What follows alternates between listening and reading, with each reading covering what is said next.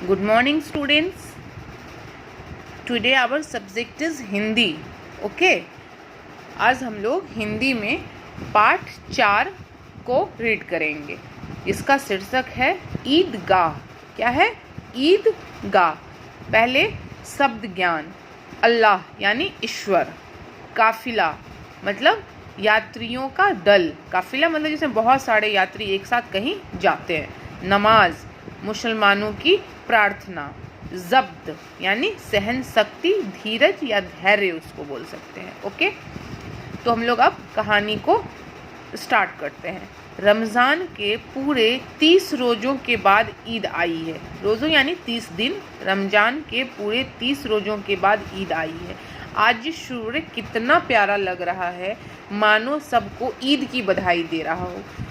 ठीक है, मतलब आज सूरज इतना, क्योंकि 30 दिन से सब लोग वेट कर रहे थे ना, तो इसलिए आज उनको बहुत प्यारा लग रहा था. जैसे लग रहा था कि वो हमको ईद की बधाई दे रहे हैं. गांव में कितनी हलचल है. ईदगाह जाने की तैयारियां हो रही है. बड़े बूढ़े जवान अपने कपड़े संभालने में लगे हैं. ईद के दिन सब लोग नए नए कपड़े पहनते हैं. सब अपने अपने ज़रूरी काम निपटा कर यानी ख़त्म करके जल्दी से जल्दी ईदगाह जाने के लिए बेचैन हैं. चारों ओर खुशी का माहौल है. नेचुरली सब लोग नए कपड़े पहनते हैं, मिठाइयाँ बांटते हैं, एक दूसरे से गले मिलते हैं, तो बहुत खुशी होती है. लड़के सबसे ज़्यादा प्रसन्न हैं. बार बार जेब से अपने पैसे निकाल कर गिनते हैं और खुश होकर फिर रख लेते हैं. महमूद गिनता है 1 2 10 12. उसके पास 12 पैसे हैं.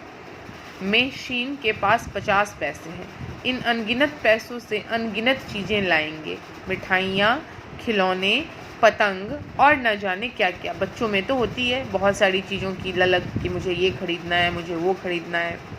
इन लड़कों में से एक है हामिद. सबसे पहला कौन था? महमूद. उसके बाद मेशिन और एक लड़का है जिसका नाम है हामिद, जो सबसे ज़्यादा प्रसन्न है. हामिद 4-5 साल का दुबला पतला लड़का है. इसके अब्बा गत वर्ष हैजे की भेंट हो गए, मतलब वो उनकी मृत्यु हो गई. माँ भी उनके गम में एक दिन मर गई. अब हामिद अपनी बूढ़ी दादी अमीना की गोद में सोता है. उसकी दादी का क्या नाम था? हामिद की दादी का अमीना. दादी उसे कहानियाँ सुनाती हैं. दादी ने बताया कि उसके अब्बा जान यानी उसके पापा रुपए कमाने गए हैं. रुपयों की बहुत सी थैलियाँ भर कर लाएंगे. अम्मी जान अल्लाह मियाँ के घर उसके लिए बड़ी बड़ी अच्छी चीज़ें लेने गई हैं. उसकी दादी अम्मा उसको बहला रही थी. हामिद के अब्बा और अम्मी की मृत्यु के बाद उसकी दादी लोगों के कपड़े सीकर यानी सिलकर तथा छोटे मोटे काम करके दोनों का पेट पालती है, मतलब अपना चलाती है, अपना घर चलाती है.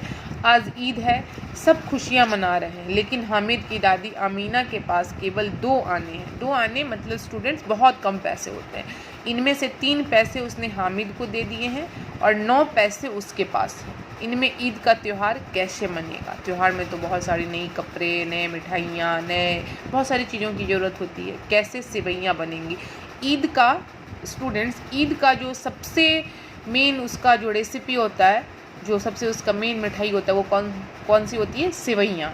लेकिन हामिद को इन सब से क्या लेना देना? भले ही उसके पैर में जूते नहीं हैं, वह फिर भी प्रसन्न है, उत्साहित है यानी खुश है ईदगाह पर जाने को. लेकिन अमीना का दिल कचोट रहा है. उसकी दादी थी तो उसको लग रहा था कि मेरे बच्चे के पास पैसे नहीं हैं, इसलिए उसको अफसोस हो रहा था. गांव के बच्चे अपने अपने अब्बा के साथ जा रहे हैं, वह उसे कैसे अकेले मेले में जाने दे. लेकिन हामिद दादी को दिलासा देता है, मतलब समझाता है. तुम डरना नहीं अम्मा, मैं सबसे पहले आऊँगा, बिल्कुल ना डरना. गांव से काफिला चला. काफिला मतलब यात्रियों का दल चला और बच्चों के साथ हामिद भी जा रहा था. कभी सब बच्चे दौड़कर आगे निकल जाते, फिर किसी पेड़ के नीचे खड़े हो जाते, फिर चल पड़ते खुशी से. इसी तरह शरारत करते बच्चे सबके साथ आगे बढ़ते रहे. कहाँ? मेले में जाने की तैयारी. कुछ समय बाद सब शहर पहुंच गए. ईदगाह दिखने लगा. ऊपर इमली के घने वृक्षों की छाया है, नीचे पक्का फर्श है. लोग पंक्तियों यानी लाइन में खड़े होकर नमाज पढ़ रहे हैं. यहाँ सब बराबर है. ईश्वर के यहाँ सब बराबर होता है, कोई छोटा बड़ा नहीं. नमाज ख़त्म हो गई, मतलब प्रार्थना, मुसलमानों की जो प्रार्थना थी वो ख़त्म हो गई. लोग आपस में गले मिल रहे हैं. तब मिठाई और खिलौनों की दुकानों पर धावा बोला जाता है. मतलब बहुत सारे लोग, नमाज तो उनका प्रार्थना ख़त्म हो गया तो वो अपने मिठाई की दुकान पे चले गए. ओके, मेले में कई तरह के खेल तमाशे हैं। यहाँ देखो हिंडोला, जो कभी आसमान पर जाता मालूम होता है तो कभी ज़मीन पर गिरते हुए। हिंडोला यानी झूला होता है एक तरह का। यह चरखी है, लकड़ी की हाथी, घोड़े, ऊँट छड़ों से लटके, मतलब मेला ही तो था, तो उसमें बहुत तरह की चीज़ें दिखाई दे रही थी। महमूद और मोहसिन, नूरे और सम्मी, ये सब नाम है बच्चों का। इन घोड़ों और ऊँटों पर बैठते हैं। हामिद दूर खड़ा है, 3 पैसे हैं उसके पास, अपने कोस का 1/3, जरा सा चक्कर खाने के लिए वह नहीं दे सकता। इधर दुकानों की कतार लगी हुई है, मतलब लाइनें लगी हुई हैं।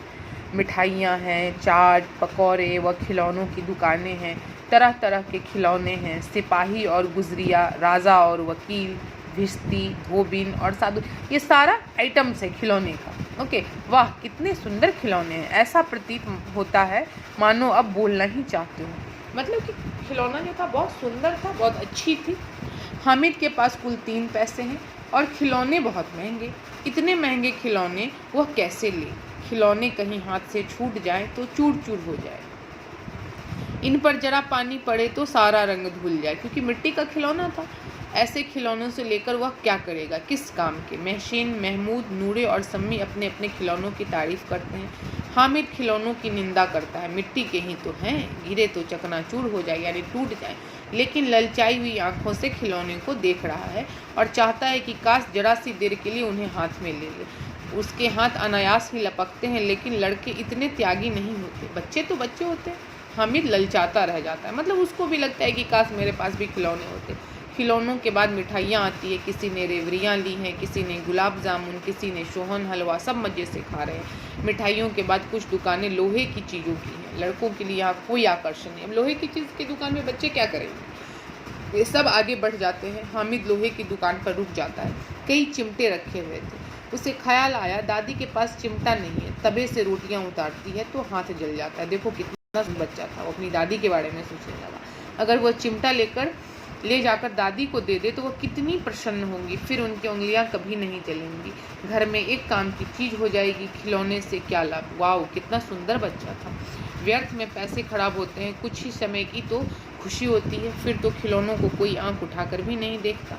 चिमटा कितने काम की चीज़ है, दादी बेचारी को कहाँ फुर्सत है कि बाजार जाए, और इतने पैसे ही कहाँ मिलते हैं, रोज़ हाथ जला लेती है। देखो बच्चों, वो जो हामिद था वो कितना सुंदर था, अपने घर के बारे में उसकी जो रिस्पॉन्सिबिलिटी थी उसके लिए वो सोच रहा था।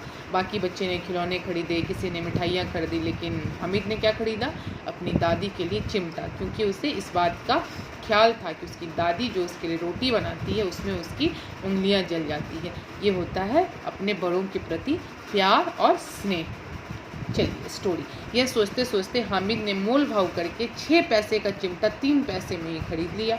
हामिद के पास तो 3 ही पैसे ही थे। हामिद ने चिमटे को इस कंधे पर रखा मानो बंदूक है, और शान से अकड़ता हुआ साथी संगियों के पास, मतलब अपने दोस्तों के पास आ गया। साथियों ने कहा, यह कोई खिलौना है?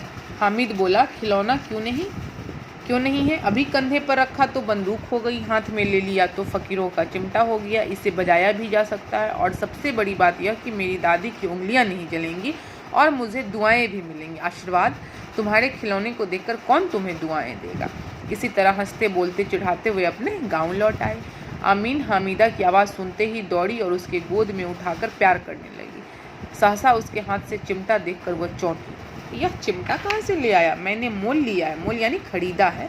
3 पैसे दिए। आमीना ने छाती पीट ली, मतलब वो परेशान हो गई कि मैंने इसे 3 पैसे ही दिए थे मेले घूमने के लिए, और उसने भी फिर मेरे लिए चिमटा खरीद लिया। यह कैसा बेसमझ यानी नादान लड़का है कि दोपहर हो गई, ना कुछ खाया न पिया, लाया क्या? चिमटा। सारे मेले में तुझे और कोई चीज़ नहीं मिली जो यह लोहे का चिमटा उठा लाया? हामिद ने अपराधी भाव से कहा, तुम्हारी उंगलियां तवे से जल जाती थी इसलिए मैंने उसे लिया। दादी का क्रोध, मतलब उसका गुस्सा, तुरंत स्नेह में बदल गया। कैसा बच्चा है! दूसरे बच्चे ने खिलौने और मिठाइयाँ ली होंगी, इसका जी कितना ललचाया होगा। इतना जब्त इसे हुआ कैसे, मतलब इतना धैर्य इसे हुआ कैसे? वहाँ भी उसे अपनी बुढ़िया दादी की याद बनी रही। आमीना का मन गदगद हो गया, बहुत प्रसन्न हो गई, किसी का भी हो जाएगा। वह रोने लगी, दामन यानी आंचल फैलाकर हामिद को दुआएं देती जाती और आंसू की बड़ी बड़ी बूंदें गिराती जाती। बड़ी आंसू की जो बूंदें थी स्टूडेंट, ये उसके खुशी के आंसू थे। हामिद की समझ में कुछ नहीं आया, वह तो बस दादी को एक तक निहारता ही रह गया। तो स्टूडेंट्स, तुम्हारा ये चैप्टर जो था ईदगाह, ये ऑलमोस्ट कंप्लीट हो गया। और ये जो स्टोरी हम लोगों ने पढ़ी, इससे तुम लोगों ने क्या समझा, क्या समझ में आया? इस स्टोरी से यह समझ में आया कि हमें अपने पास, हमारे पास जितने पैसे हैं, हमें उतने पैसे में ही अपना काम चलाना चाहिए, किसी और की देख ना करनी चाहिए। हमें अपने बड़ों के प्रति स्नेह, प्यार को हमेशा दर्शाना चाहिए। Okay, bye students.